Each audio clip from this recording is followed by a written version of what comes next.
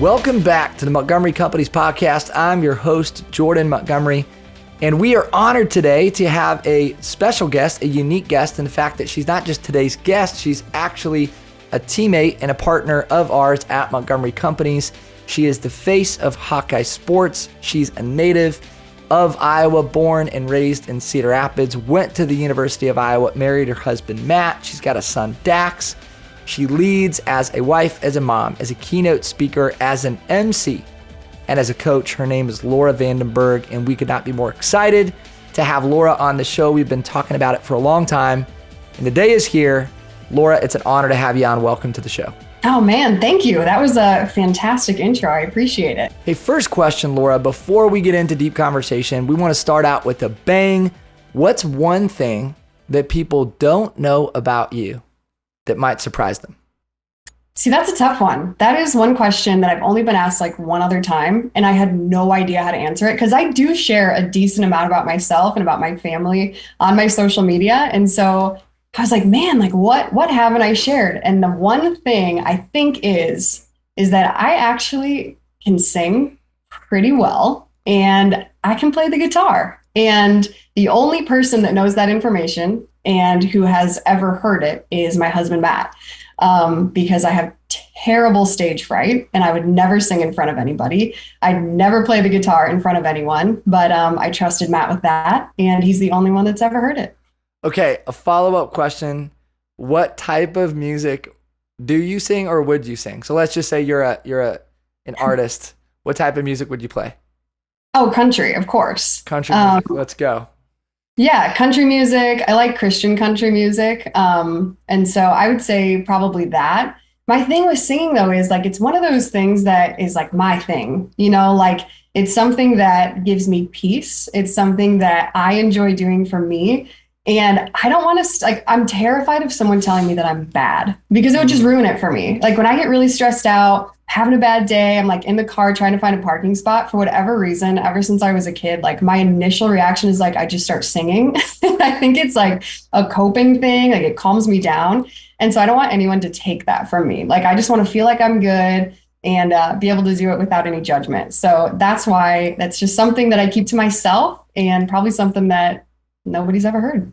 So awesome. So you can sing, you can also speak.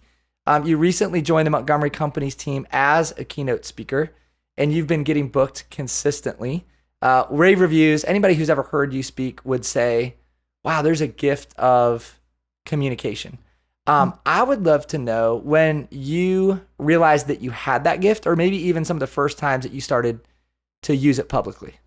Yeah, that's an interesting question. I think it's one thing when you're using that gift or that blessing, and you don't realize that it's something that you've been blessed with. So when I was a kid, I was constantly making I made like newscasts in my parents' living room. I would set up our piano bench with my friends, and I'd make them let me interview them. And I had this show. It was called 10 Squared, 10 news stories at 10 o'clock at night. And I'd tell my friends, I'd be like, okay, today you are Lindsay Lohan, and I'm asking you questions about Herbie the Love Bug. Like, that's the movie we're talking about today. This is your press tour. And it was a whole thing, a whole production. I'd wore my mom's work clothes, her blazers and old sweaters and the makeup, all the stuff. And so I started using it at a very young age, I guess I would say. But I definitely didn't realize it was just something that, I was genuinely interested in. And I think that's one thing about the gifts that God gives you, right? A lot of people say, oh, you're just gifted, which kind of implies to me that, oh, you really didn't have to work at it. But really, I think God gives you the foundational kind of interest in the things that he's going to bless you with. And it's up to you in your life to really hone those gifts and work on them and perfect them in order to impact people as much as you possibly can in your life. So that's what I did when I got to college. And I was a cheerleader at Iowa my sophomore year, and I got hurt. So I tore an ab muscle, which was super painful and really random, but kind of sat me out for a little bit. And I was like, man, I can't do anything. I'm bored. What am I going to do with my life? After I'm done with cheerleading, I got to figure something out. And I knew I wanted to get into writing. So that was my idea of journalism. Like, I'm going to do that, write news articles, maybe get into sports journalism. And so I started kind of looking around and talking to career advisors at Iowa. And they pushed me in the direction of the Daily Iowan, which is like an on-campus news organization. And I can't say enough about that organization, by the way. Totally propelled my career from start to finish. So yeah, I started doing that. My mom's like, hey, you really should just look into TV. I was like, I don't know, I don't know if I'd be good at that. I'm kind of nervous, all the things, all the objections. She's like, just try it. So she kind of pushed me into it. Moms always know best.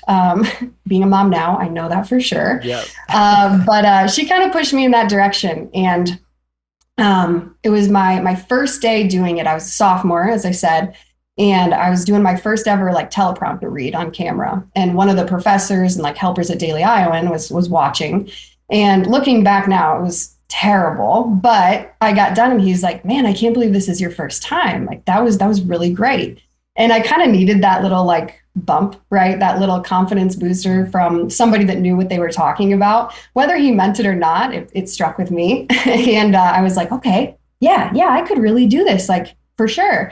And so I think that's when I kind of realized like, this is where I want to go with my life. And really, I don't even think I've kind of let it sink in that I'm doing this as a profession, that I'm utilizing this blessing or this gift. I think just because I'm constantly trying to perfect it. It's never good enough for me. I never leave a talk feeling like, yes, that was it. That's the one. I feel like that was perfect. There's always something. I walk away from an event or a game and I'm like, man, I wish I would have done blank, or hindsight, this would have been better. And so, yeah, so I guess that's kind of when it all kind of came together, was my sophomore year of college, but it's still kind of, the pieces are still forming for sure. Yeah. I think about the giftedness that you have and how you're using it, in a corporate world now, right? You've used it in the world of sports. And, I think about the speech that you recently gave not too long ago in front of John Gordon. He was in the room. You actually shared the stage with Erica Olaf and Jade Gordon. And John Gordon said to me, this is one of her first corporate gigs. And I was like, yeah, I think, she's been speaking for a long time, but in a corporate setting, yes. And he's like, she's going to be a superstar. That's what John said. So I think I shared that with you, but you should know that there's some people in the industry that have done it for a long time and have noticed your giftedness. And I know you're working on your craft, even though there's a natural giftedness. I love your desire to grow and get better. And you're constantly trying to perfect your craft. When you think about what you're learning today in the realm of public communication, is there anything that's standing out to you right now about the speaking or the world of communication? Yeah, definitely. I mean, I think in my role with the Hawkeyes and with speaking and, with corporate events and things like that, it appears that I do a lot of talking at people. And that's definitely one side of communication where, yes, I know how to convey a message. Yes, I know how to speak and be articulate with my words. But I think the more important side of communication is understanding your audience and understanding the person that you're trying to maybe persuade to do something or understand something or just lead them in a general direction. So I would say it's kind of two parts. The first part is listen more than you're talking. I think a lot of us get caught up in, well, this is my message, this is my belief. Yeah, sure, that's great. But how are you going to convey that to each different person? Because no two people are going to receive the same message the same way. So that's definitely something I'm learning. And that comes a lot from my work with the Hawks, right? We've got a massive demographic of fans. One message isn't going to land the same with each person. And so we really got to take into account how does this fan or this person going to react to this? How are they going to feel about this message? And then how can I take all of that information from listening to people and convey it the right way? And then kind of that second part, like I said, is just understanding the audience and how they might react to you. And I remember Mark Ironside, he's a multi-time national champ wrestler at the University of Iowa. He told my husband, actually, who then told me this information, he told him that Coach Dan Gable, legendary coach at the University of Iowa, what made him great as a coach and what kind of set him apart from others is he knew how to kind of teeter the line between friend and coach. And that really struck Matt. him being a coach as well. And then I was like, yeah, like that completely makes sense to me. Like a leader needs to know, not only am I your coach, am I the person that's going to be, in charge of this operation, whatever we are doing, or I'm the person that's leading via communication and via voice, but I also need to understand who you are as a person. And I think that comes from the friend perspective, right? Building a relationship with people is, that's top tier, most important thing that you have to do before you can even begin to communicate your message to them. How are they going to react to this? How are they going to take this? And just on the topic of coaching, you talk about two different athletes, right? One might react really well to you yelling and screaming in their face. There are some people that are motivated by that. I don't want to get in trouble. You got it, whatever you say. There's also some people that are going to look at you and say, thanks, and go the other way with it, right? And so it's your job as a leader and as a coach, as a communicator, that you have to understand, who is this person, what makes them tick, build that relationship, be their friend first, listen to them. That goes back to my first point, and then move on from there and say, okay, this is how we're going to move forward when I'm speaking to you, when I'm trying to persuade you of something, and when we're going to move forward together as two people. That is so good. That is really good. So there's a lot of parallels between private communication and public communication, what allows someone to be effective. And you hit the nail on the head. A couple of things that I think about. One is your ability to be vulnerable. So I think you do a great job, Laura, of just being real with people and letting them see the real you. You dropped an awesome line in the beginning of your speech with John Gordon. I'll never forget that. Somebody will have to go back and watch, and I'm not going to tell them what it was. But you just allowed the audience to know, like, I'm a real person, And it's that whole idea that you can impress people with your strengths, but you connect to them through your weakness. And I think you do a good job of putting that on display. I also love what you said about seeking first to understand before you attempt to be understood. And I think that's asking the audience, or asking yourself the question of, like, what does my audience need today? Based on who they are, based on where they're at, maybe even based on the event, or even like the speaker who went before me. You're asking yourself the question of, like, hey, what does this group of people need? And I've watched you do that in private communication. I've watched you do it in public communication. And I think those are two things for sure that make you a gifted public communicator. So couldn't agree more. If you want to get into the world of public communication, Laura would be someone that I would study. I think you're so far ahead of the game just because of your natural giftedness. And I've shared that with you. But the way that you navigate a stage, the way that you can move an audience, you are dynamic at your craft, and you're just getting started. That's the crazy part. So big future in store for you on stages all around the country. We've talked a little bit about what you do. I want to talk about who you are. Ashley and I have appreciated the way that you live out your values in your everyday life. And I'm going to make this comment because you have what I would refer to, some would refer to it as a big life. Like, you and Matt are busy. You have a lot going on. There's a lot of things that the both of you have your hands in. Yet, when I look at your social media, it's like the simple things that I think you value most.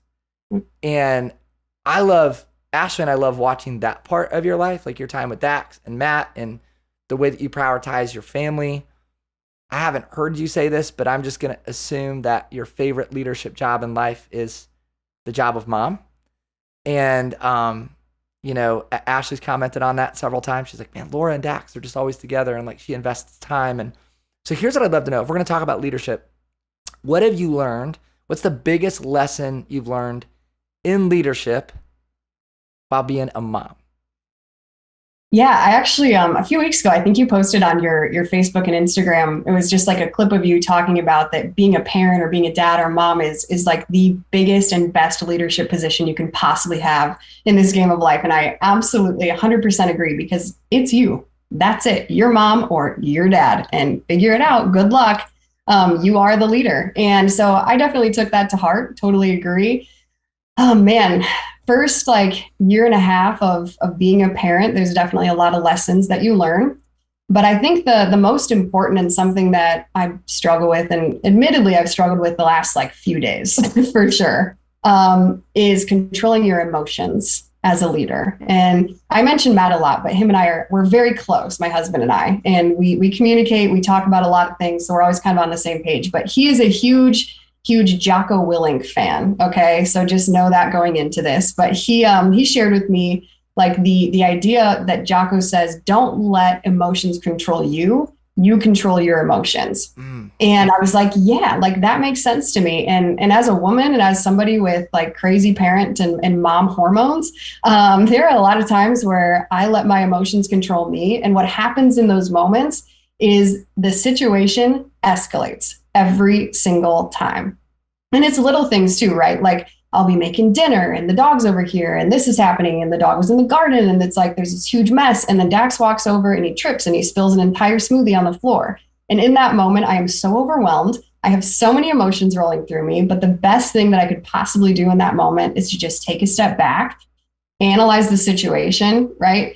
And then put my emotions aside and say, what's my next best logical step? And I think that helps not only a lot for me where I'm not flying off the handle, but it also helps just in the situation itself, because then my son sees me controlling myself, controlling the situation, diffusing, right? His emotions are up here as well because he just spilled his smoothie and it's the end of the world. And so I have to settle him down. And the only way that I can do that is by settling myself because he can read my emotions. He can read what's going on, right?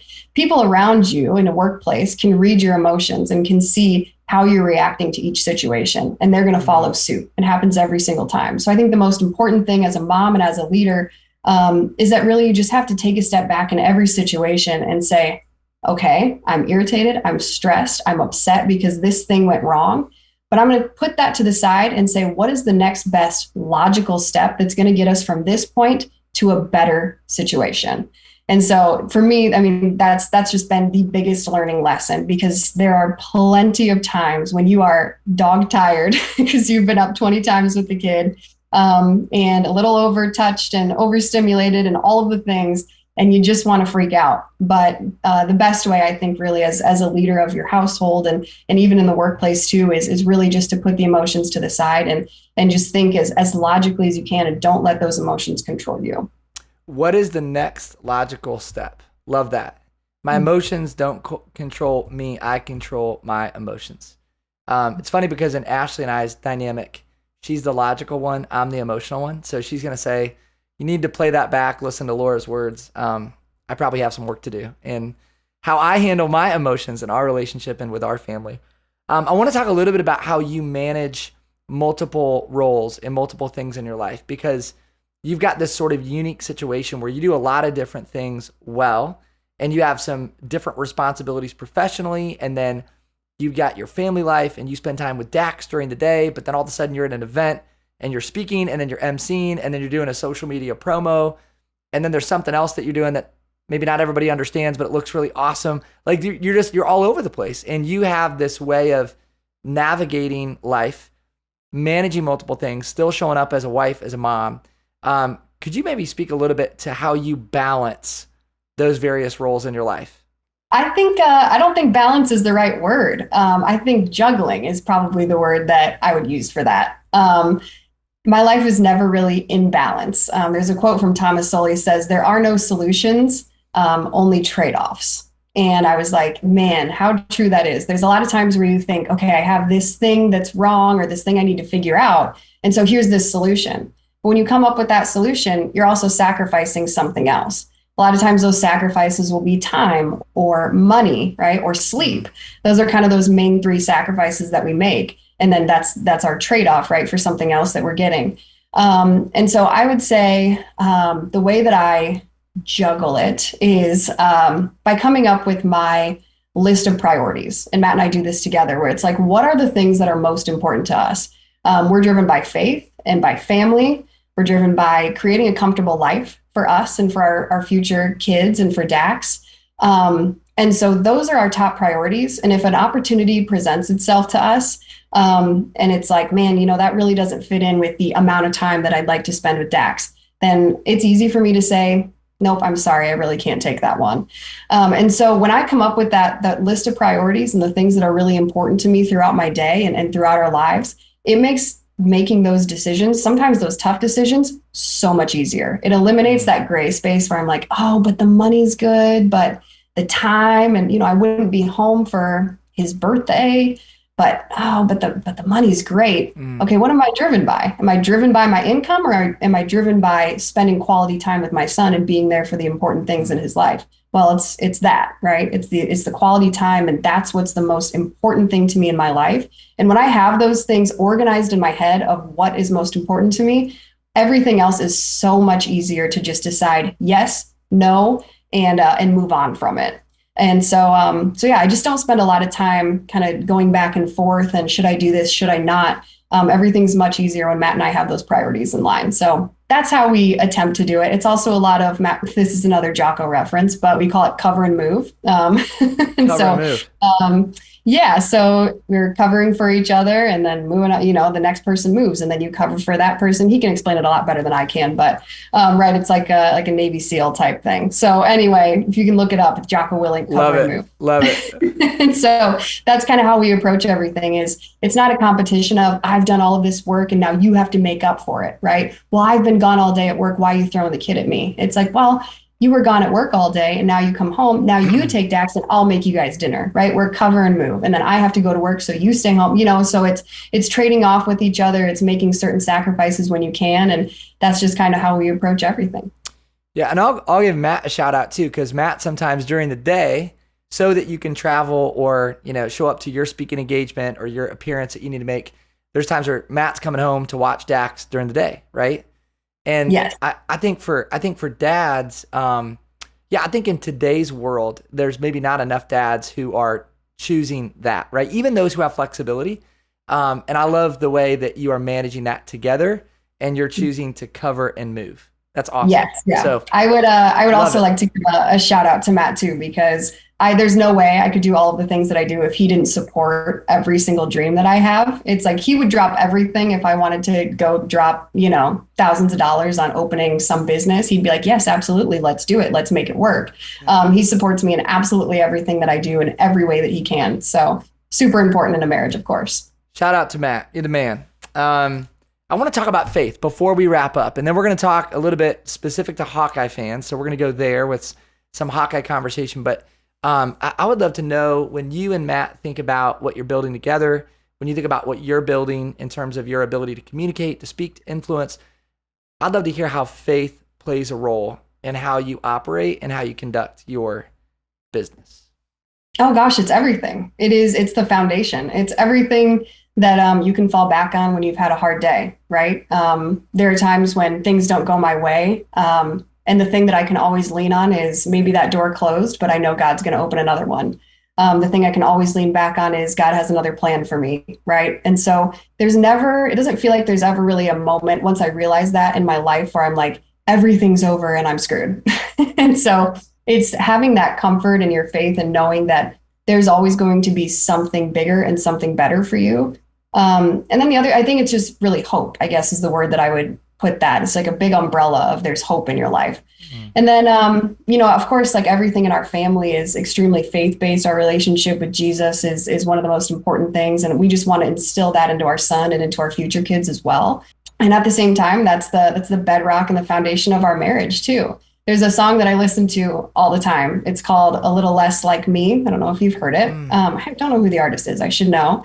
But basically, you can listen to the lyrics. I'm not going to sing it for you. Don't ask.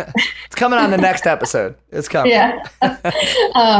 No, but it says be a little more like Jesus, a little less like me. And it kind of goes through, all the ways in which to do that and how us as humans fail a lot of times with that. And so I think really it's just everything that I do in my life, the way that I treat people, the way I go about my business, how I go throughout my day, how I treat my husband and my son, and the priorities in my life are really just aligned with my faith and aligned with, hopefully how I would see Jesus to live his. So yeah, I would say, it's faith, family, and then kind of everything else falls after that, which is a huge reason as to why I was so pumped and so excited to join Montgomery Companies, because I knew that you and Ashley and Jay and everyone else on your team felt that exact same way from the moment that I spoke to you. I remember that first conversation that we had. I was like, hey, here's the deal. These are my beliefs. This is what I want to put out there. If you jive with that, great. If you don't, see you later, right? Like we kind of had that super candid conversation and you were like, hey, same. And I was like, all right, I'm in, let's go. Yeah. And so, I think I think, yeah, everything just kind of falls under faith, and that's kind of how we lead our lives. Yeah, and we appreciate how you're willing to wear your faith on your sleeve, and not just talking about Jesus, but just living like Jesus and modeling faith in your everyday life. And so that's meant a lot to us. We value that about you and Matt. And we need more people in the marketplace leading for the kingdom. Like, we believe that, that when we're on a stage, it's not just to motivate or inspire people, but it's to help people understand there's something different, right? And at the end of the day, I know that's your ultimate goal. That's our goal, and we're aligned in that, and we so much appreciate that about how you operate. We're going to take a hard right turn, Laura, from Jesus to the Hawkeyes, because here's what a lot of people associate you with. They associate you because they see you at Carver Hawkeye Arena on the Jumbotron 8 times a game, right? Or at Kinnick Stadium. You can be found, on the sideline or at the 50-yard line. And this fall is right around the corner. I'm going to ask you to make some Hawkeye football predictions here in a second.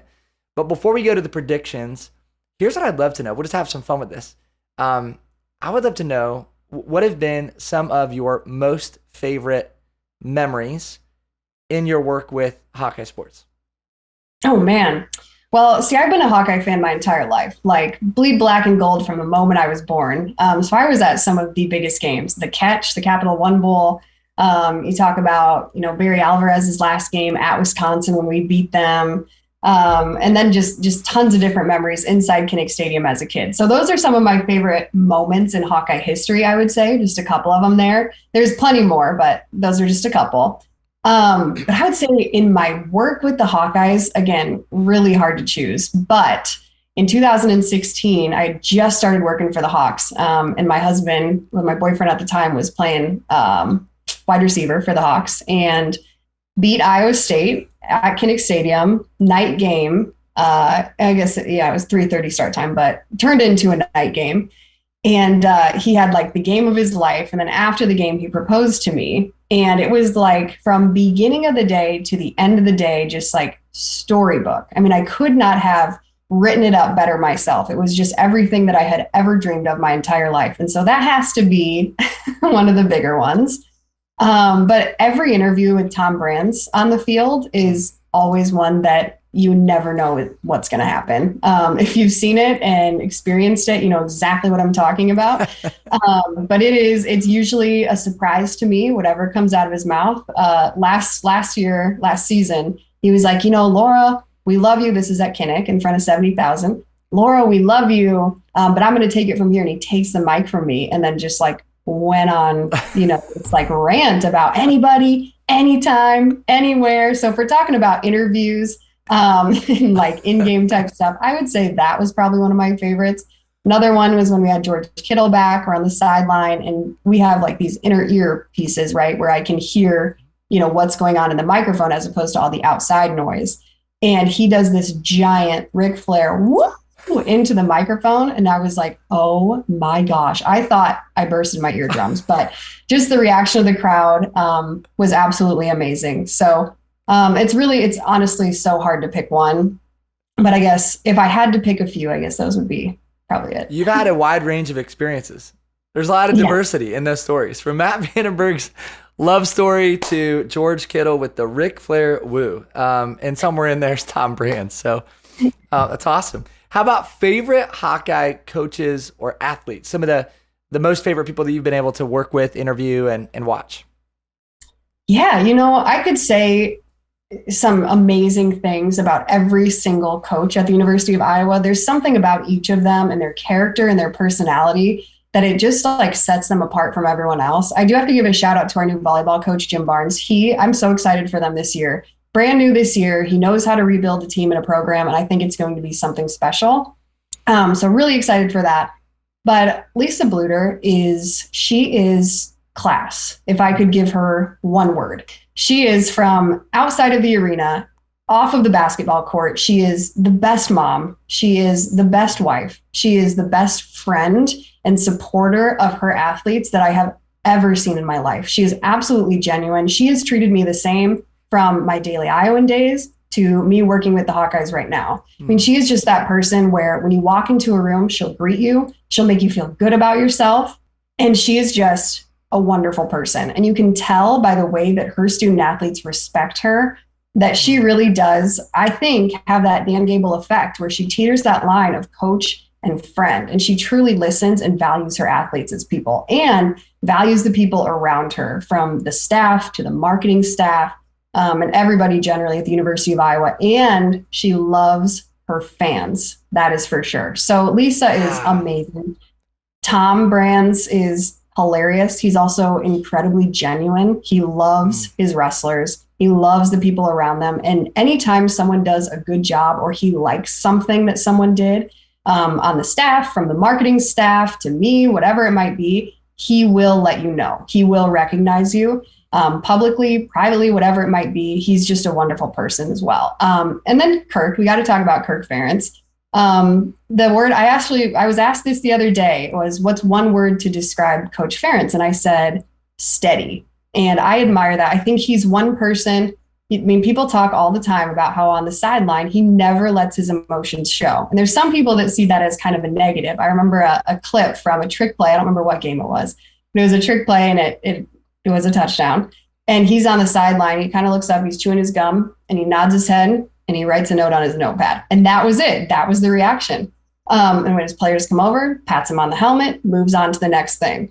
And I totally admire that. I think as a leader, that's something I know for a fact, that's something that Matt looks up to, and something that, we see as something that is like indicative of a true man, somebody that can lead through being steady. And again, to my point before, putting those emotions aside and saying, okay, what's the next logical step to lead these men to, first of all, a victory. But even above that, outside of the game and off of the field, he wants to make them better people and better dads, better brothers, and just better men in general. And they totally hone in on that at the Iowa Football Complex. And that's something that I know for a fact Matt took away from there and he learned a ton from. So aside from, we want to make it to the NFL, as players, yes, we want to win as many games as possible as Hawkeyes. The ultimate goal is to make better people. And then you've got a coach like head coach Fran McCaffrey with men's basketball. I mean, he is what I like to call a player's coach. Just from my experience with sitting down with alumni and, current players that play for Coach McCaffrey, they love playing for him. He's a coach that genuinely cares about his players, not only on the court and as student athletes and wanting to win games and those kind of things, but he also genuinely cares about the people that they are and the people that they're becoming. I know a lot of times you talk to players and you say, why'd you pick Iowa? He's like, and they'll say, the way Coach McCaffrey talks to me, the way that he approached me during my recruiting process, he approached me like a human, not just as a basketball player that's going to win him some games. And I think that says a lot about the type of person and the character within Coach McCaffrey. And, I could go on and on about every single one of our coaches. You talk about Larissa Libby, women's gymnastics, the culture she's got.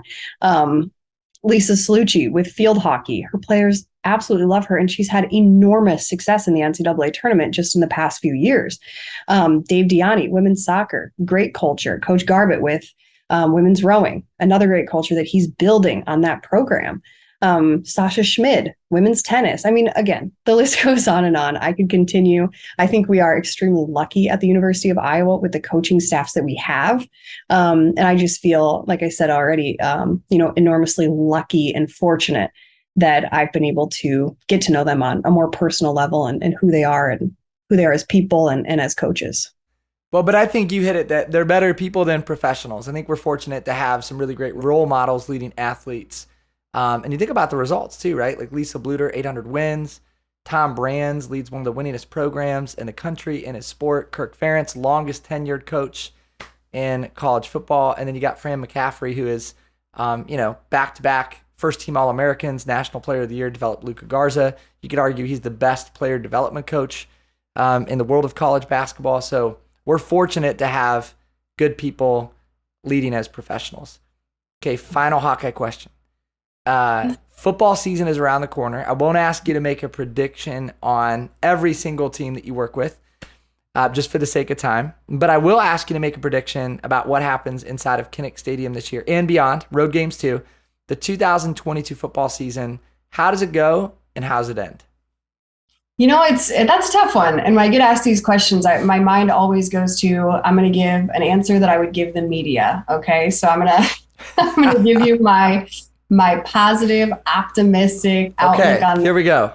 That's my job. But, no, I genuinely believe this is going to be a great season. Truly. It's going to be tough to replace Linderbaum, Charlie Jones that we lost. But we do have Spencer coming back, Nico Reganey. We got tons of guys on the D-line that are coming back. I mean, we've got a good, solid team that's returning. So I feel good about that. And then you look at our home season. I know you talked about away games as well. We've got 7 sold out games. Absolutely unbelievable. I cannot wait. It's going to be electric every single home game in Kinnick Stadium. I know the feeling of a sold out game, and to have that every single time we walk through those gates, it's going to be unbelievable. I loved also that Nebraska was the last game to sell out. There was just something poetic about that I was a huge fan of. But even this first game, South Dakota State, Matt's got some ties there, being from South Dakota. So that's going to be super fun. Nevada, a night game. Iowa State coming to Kinnick Stadium is always fun. And just like there's a huge buzz around that game. And then you got Wisconsin, Michigan, Nebraska. I mean, the list goes on how many amazing competitive games we're going to have at home. And so with the sold out crowd and the way that they were able to impact the Penn State game last season, I don't know if you remember many fall were there. 3 in a row, right? 3 in a row. I think so. Yeah. Might have been more than that. But, was it 4? 3 or 4? Something like that. Yeah. But the way our fans are able to impact the game is like something I've never seen before. And there have been multiple times where I've gone to Big Ten Media Days and interviewed, different players from different teams around the Big Ten. And they've all consistently said that Kinnick Stadium is the hardest stadium to play at. And so I feel good about saying we will have at least, everyone listen closely to that, 7 wins, an undefeated home season. Okay. I feel it in my bones. We shall see. No, it's going to be fun. Always excited for football season to start up. There it is. The official prediction from the face of Hawkeye sports, Laura Vandeberg. Laura, thanks for being with us. I'm going to ask you for some final words of wisdom if there's anything else you want to share with our audience. But before I do that, Ashley and I want to say thanks again for being a part of our community, part of our team. We're honored to call you and Matt friends. We're so excited about the work that we have to do out into the future.